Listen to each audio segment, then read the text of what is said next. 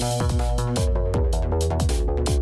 Sports Radio, the voice of women in sport. This is Season 1, Episode 12 of Hockey Talk on Wisp Sports. I'm Shannon Miller, and at Wisp Sports, we believe women in sport deserve equal coverage.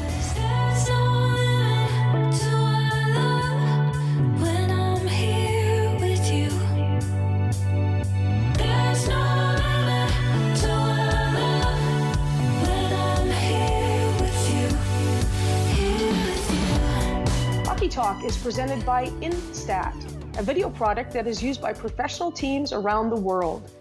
I use Instat Video because it's the most helpful video tool that I've ever used as a coach. In today's episode, I will talk about gifts, the gift of scoring and the gift of excellence. Today's sidebar will be a brief summary of the giraffe and turtle parable.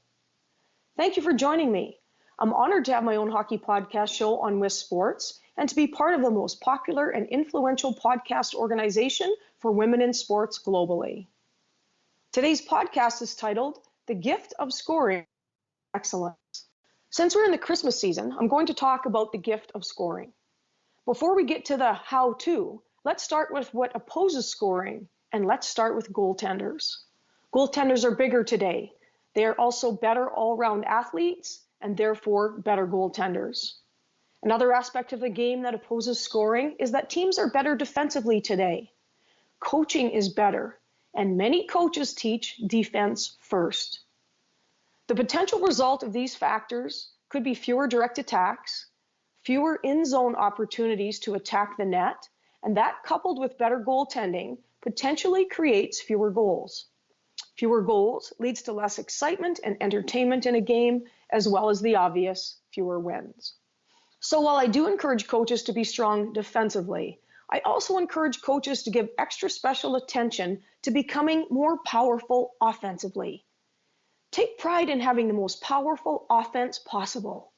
This approach makes it more enjoyable for the players to play, creates more scoring chances, which makes the games more entertaining and fun, and obviously scoring more goals wins more games. In today's game, the players are faster and they're more skilled.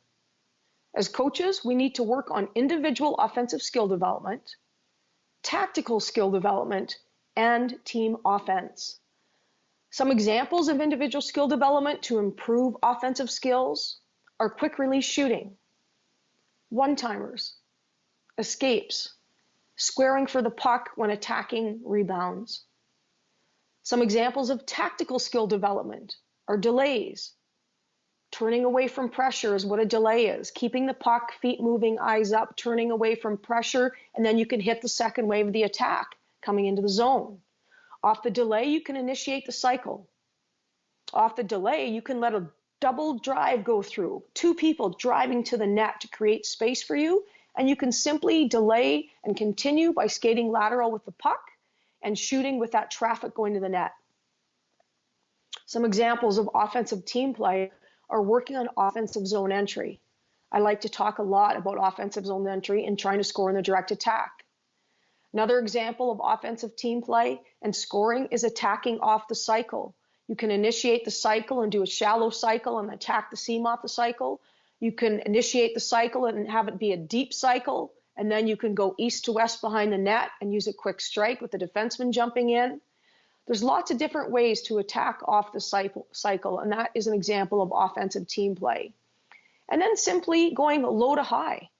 If you're in the offensive zone, down low, you've got a rebound or a loose puck, you can simply go low to high. D1 sprints the blue line with the puck, her feet moving, eyes up, she's looking for a shooting lane. D2 slides and hinges for support of D1. And then, of course, there's net front presence. We have at least one screen, sometimes a double screen or a stack screen, and you've got rebounders going to the net scoring for rebounds. These are good examples of offensive team play that relate to scoring more goals. Now, during practice, players finish the play. Don't be in too much of a hurry to keep the drill moving and have the next people go. You want to time out your practice plan so there is flow, and you do keep people moving and they're not waiting in line too long, but you also want to make sure that you're teaching good habits and allowing your players to finish the play at the net. That will result in more goals. Make sure your players are squaring for rebounds on the direct attack. Always square for rebounds. Hips at the goalie, at the net, toe caps going towards the net, and your hands are out in front of your body and your stick's on the ice and you're ready, and that's what squaring for rebounds is. And make sure your players are prepared to stop at the net. Anytime there's a direct attack or any kind of attack at the net, players need to be prepared to stop at the net and hunt for rebounds. Now, if a rebound gets away from you and goes off into the corner or down in the quiet zone, which is below the goal line behind the net, move the puck, move quickly for possession. And when you move for possession, everybody else moves quickly to support. And then you want to attack quickly. A seam will open up. If you move your feet and you have close support and you move the puck quickly, seams will open up for you to attack off hunting and gathering that rebound. Now, if you do that and there is no seam to attack, no problem. Teach your players to just simply move the puck from low to high. High up on the blue line is a point of control. The defensive players will have collapsed, so you can go low to high, deke and sprint the puck, and it opens everything up and it gives you some options. You can also simply carry the puck away from pressure. Just carry it away from pressure. Then as they chase you, you can do an escape to beat that pressure and separate yourself from pressure. And if everybody's skating and everybody's supporting the puck carrier, seams will open up for you to attack. And having possession is key. Don't throw the puck away. Keep possession, keep your feet moving, look for seams to attack, and you will score more goals. Teach your team how to play around the net and from behind the net if you want to score more goals, which we all do. In tight plays require close support for each other. Create 2v1s in tight around the net. Create 2v1s out of the corner and off the wall, and move the puck quickly. Give and goes in tight around the net, give and goes out of corners, give and goes off the walls. Very effective. They open up seams and allow you to create more opportunities to score. You create more offensive pressure that way, and you'll get more scoring chances because your feet are moving, your eyes are up, and you're playing aggressive on offense. With quick support and quick puck movement. Keep the defenders chasing the puck and reacting to what you are doing versus allowing them to anticipate what you're going to do next.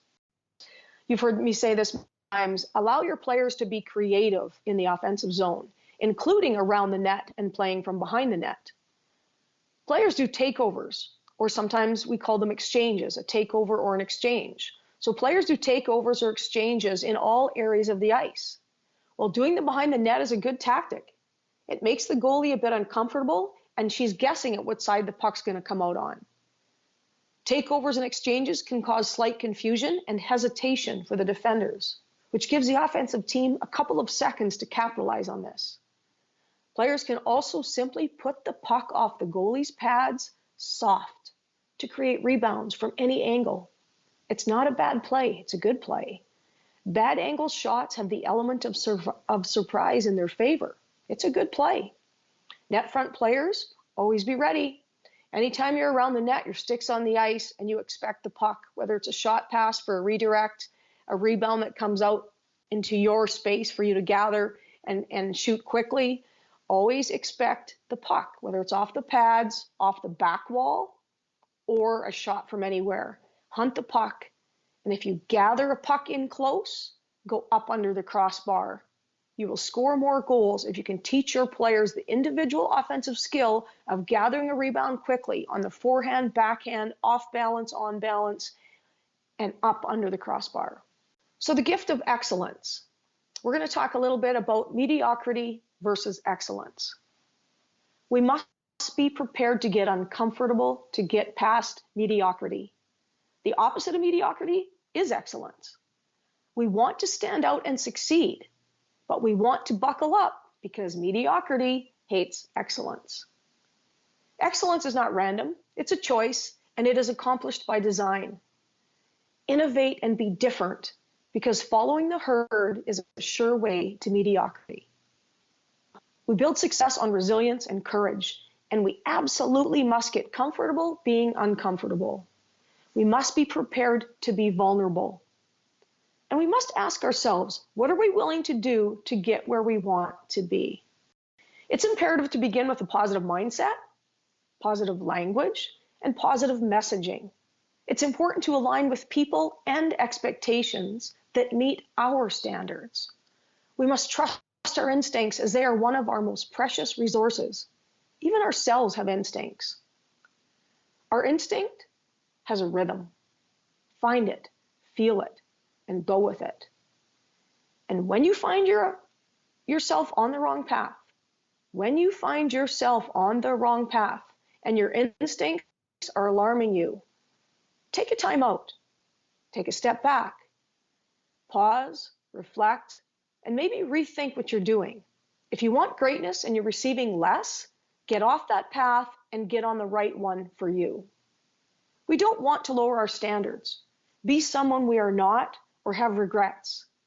New opportunities call us to birth greatness rather than seek shelter in mediocrity. And please don't be afraid of the solitude that comes with high standards. Eagles soar high and often alone. If you find yourself surrounded by mediocrity and you want greatness, summons up the courage to forge a new path. Here's a great quote. I wish, I wish, I wish. You've got a wishbone where your backbone needs to be. Inside stories, interviews, and cutting-edge tips from the leading coach in ice hockey. Tune in to Hockey Talk with Shannon Miller. This is Wisp Sports. Now let's talk about expectations and accountability, because part of striving for excellence is having high expectations and accountability. Early in the season, I lay out my version of high expectations for the team and what accountability looks like to me and to the coaching staff. I try to make it as clear as possible for everyone. And then I have the team do a written exercise on high expectations and accountability. What this does is it reinforces what we, the coaches, are trying to teach, but it also is to get their view on it, the view from each individual athlete, their input on it. And it gives the coaches good insight into each athlete. It's a valuable gift to the team and a quality exercise if everyone takes it seriously. We try to create an attitude of, we will take this journey with you. To show an example, I'm going to read a portion from one of my players' responses to the exercise of high expectations and accountability and what it means to you. And this is a great response, and I'm just going to read part of it. Have a team-first attitude. Everyone should have the same rules, and when it comes down to working hard, knowing the team systems and respecting your teammates and trying to treat everyone well, being unselfish, and being a good person. This is a team-first attitude.